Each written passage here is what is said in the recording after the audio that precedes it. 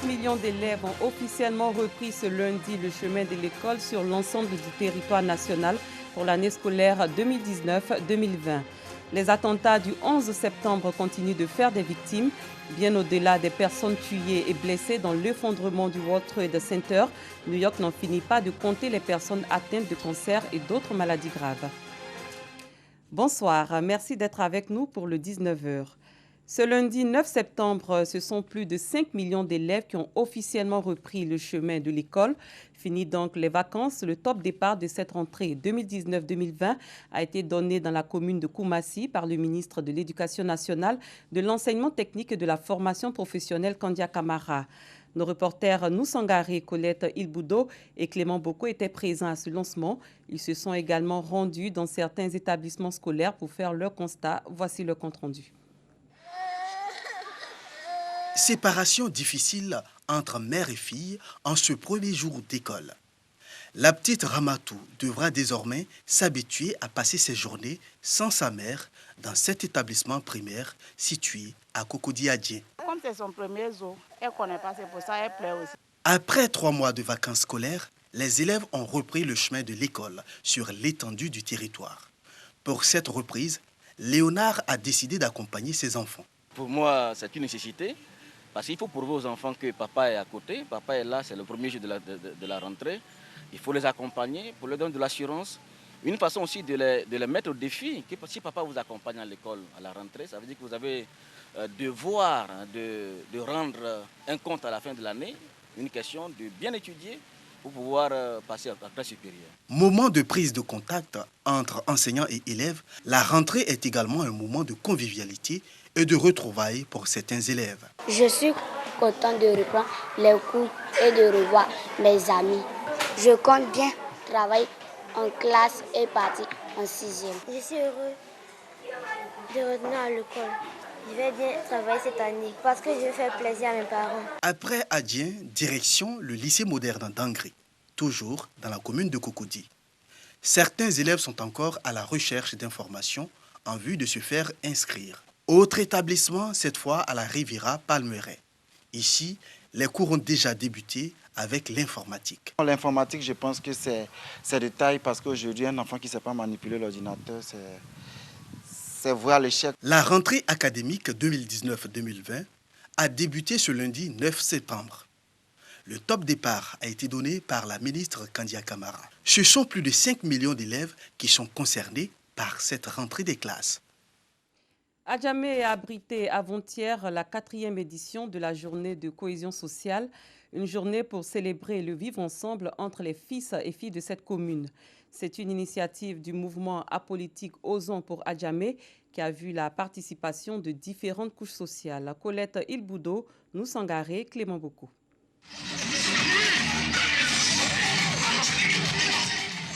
Ambiance festive à l'école primaire publique Philippe Yassé d'Adjamé. Un moment de communion entre les filles et les fils de cette commune pour célébrer le vivre ensemble.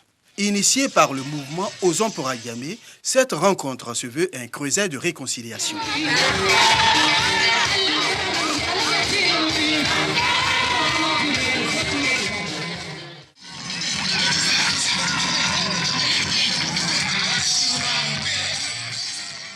La paix, la réconciliation et la cohésion sociale, source de stabilité, une vision partagée par les populations de la commune d'Adjamé. Le vivre ensemble pour le renforcement de la cohésion sociale d'Adjamé, c'est le thème choisi pour la 4e édition, une occasion pour Badra Ali, parrain de cette journée, par ailleurs président du mouvement Osons pour Adjamé, d'exhorter la population à s'unir autour des idéaux de paix et de pardon. Tout Adjamé se donne la main dans la main car nous formons une famille et que dans tous les cas, il faut s'accepter. Il faut s'accepter, même si on n'a pas la même manière de voir les choses par moment, il faut s'accepter parce que nous sommes une famille et cette famille-là est une famille unie. L'union, le vivre ensemble pour Adjamé. Le vivre ensemble d'abord, ça permet le développement de la commune. Ça permet quand même une assise sociale de longue durée et ça permet aux maires d'aller au bout de tout ce qu'il envisage, c'est-à-dire de rendre Adjamé un cadre idéal pour ceux qui y vivent. Créés en 2015, Osons pour Adjamé et la génération Badra Ali sont deux mouvements apolitiques qui regroupent plus de 7000 jeunes et adultes qui œuvrent pour la paix et la cohésion sociale. Direction d'Ivo, où s'est déroulée samedi dernier la finale du concours Radio Vacances 2019. 4 villes étaient en compétition dans 3 disciplines. La sensibilisation aux maladies sexuellement transmissibles était au cœur de cette rencontre. Grand lauréat de cette compétition, la ville de Grand Laou, celle de Diokwe, a remporté le prix du meilleur journaliste sportif. Doigt de laser. Barré de tenue traditionnelle d'Ida, les animateurs de Radio Côte d'Ivoire annoncent les couleurs de la finale du concours Radio Vacances 2019. Les villes de Diokwe, Adzopé, Divo et Grand Laou sont en compétition à cette finale. La connaissance des candidats sur le VIH-Sida, le tabagisme et l'alcool sera évaluée dans 3 disciplines, le concours CRAC, le concours de meilleurs journalistes sportifs et de meilleurs groupes de musique Woyo. La ville de Grand Laou retient l'attention des membres du jury par la qualité de ses prestations dans 2 disciplines, meilleur groupe musical Woyo et meilleur groupe du concours CRAC. Le trophée de meilleur journaliste sportif revient à la ville de Diokwe. Il faut commencer à lutter contre les maladies parce que c'est ce qui retarde l'humanité.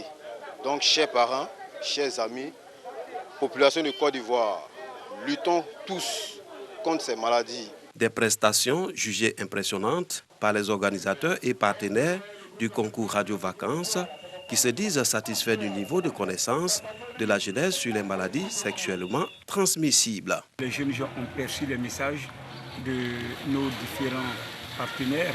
Nous ne pouvons que demander aux jeunes gens qui ont passé des vacances sainement en compagnie de Radio Côte d'Ivoire de continuer avec un très bon comportement. Nous avons senti à travers cette compétition que tous les messages de sensibilisation, surtout de prévention du sida, sont vraiment bien perçus par la jeunesse. Le sida est là toujours. Il faut continuer à maintenir la vigilance en adoptant des comportements responsables, en évitant des rapports sexuellement protégés et surtout en se conformant aux messages de sensibilisation véhiculés par le ministère de la Santé à travers le programme national de lutte contre le sida. Le concours Radio Vacances est initié par le groupe RTI et le ministère de la Santé et de l'Hygiène publique en vue de sensibiliser la jeunesse ivoirienne sur les conséquences du VIH-Sida et autres maladies liées au tabac et à l'alcool. Un mot de religion. Les pèlerins du Hajj 2019 ressortissants de la ville de Kong ont été accueillis chaleureusement à la mosquée Blanche à Abobo. Au menu de cette cérémonie religieuse, des prières et des bénédictions pour la paix, la cohésion et le développement du pays. Paga Sorokoni. C'est par des louanges et des cantiques, mais aussi par des pas de danse que les pèlerins du Hajj 2019 du département de Kong, résidant à Abidjan, ont été accompagnés à la mosquée Adjatene Koulibaly, dite mosquée blanche, située sur la voie express à Bobo à Niama.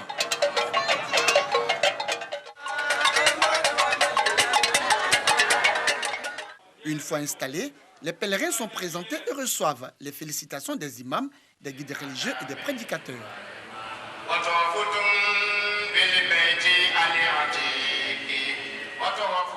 Occasion pour les guides religieux et le comité d'organisation d'inviter les pèlerins à préserver les acquis du Hajj et à multiplier prières et adorations pour la paix, la stabilité et le développement de la Côte d'Ivoire, mais surtout prier pour des élections apaisées en 2020. Les bénédictions qui ont été faites, nous ne pouvons que renforcer ces bénédictions.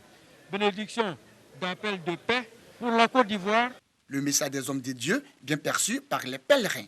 Les élections ont toujours été l'objet de passions. Ça s'est établi partout. Seules les prières peuvent nous épargner toutes les dérives. Donc j'encourage toutes les religions, tous les hommes de Dieu à prier pour que les cœurs continuent d'être apaisés. On n'avait pas un autre mot dans la bouche que la paix pour ce pays.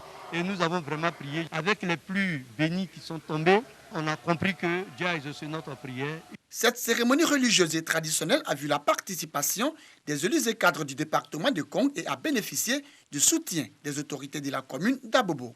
Nous encourageons, nous félicitons les imams, nos guides religieux de prier, non seulement pour le président de la République, et aussi de prier pour la paix et la stabilité en Côte d'Ivoire. Au cours de cette rencontre islamique, l'ensemble des pèlerins, mais aussi guides religieux, élus, cadres et autorités politiques et traditionnelles ont tenu à rendre un hommage au président de la République, Alassane Ouattara, par ailleurs fils de Congo, pour son implication dans l'organisation du pèlerinage à la Mecque, organisation appréciée et saluée chaque année par les autorités saoudiennes. Loin de la Côte d'Ivoire, des dizaines de milliers de fidèles se sont rassemblés devant le monument Marie, Reine de la Paix, à Port-Louis, capitale de l'île Maurice, pour participer à la grande messe présidée par le pape François. Dans cette immense foule, on agitait des feuilles de palmier, une ambiance de fête qui rappelle le jour des rameaux. C'est un jour de fête pour les Mauriciens en la solennité du bienheureux Jacques-Désiré Laval, l'apôtre des Mauriciens, symbole de l'unité du pays. L'île Maurice marque la suite et la fin de la tournée africaine du pape François. Le représentant de l'Église catholique s'était déjà rendu au Mozambique et à Madagascar. Les attentats du 11 septembre continuent de faire des victimes, bien au-delà des près de 3000 personnes tuées et plus de 6000 blessées dans l'effondrement du World Trade Center. New York n'en finit pas de compter les personnes atteintes de cancer et d'autres maladies graves, notamment du poumon, liées au nuage toxique qui a plané des semaines durant sur le sud de Manhattan. Clément Bocco. Mémorial du 11 septembre 2001. Jacqueline y était. 18 ans plus tard, elle est atteinte d'un cancer. Il a été établi que j'étais tellement touchée. J'étais ici, j'étais très exposée. Mon cancer est très probablement lié au 11 septembre. Il s'est propagé au poumon alors que je n'ai jamais fumé et il s'est développé très vite. Jacqueline est loin d'être la seule victime indirecte de l'attentat. Il n'y a jamais eu d'attaque comparable au 11 septembre et il n'y a jamais eu d'exposition à des produits chimiques d'une telle ampleur. Donc personne ne pouvait prévoir ce qui allait se produire lorsque vous êtes exposé à des milliards de tonnes de matériaux de construction qui mijotent ensemble pendant 99 jours et qui se diffusent dans l'air de la ville. Le taux de cancer a augmenté de 10 à 30% chez les gens exposés.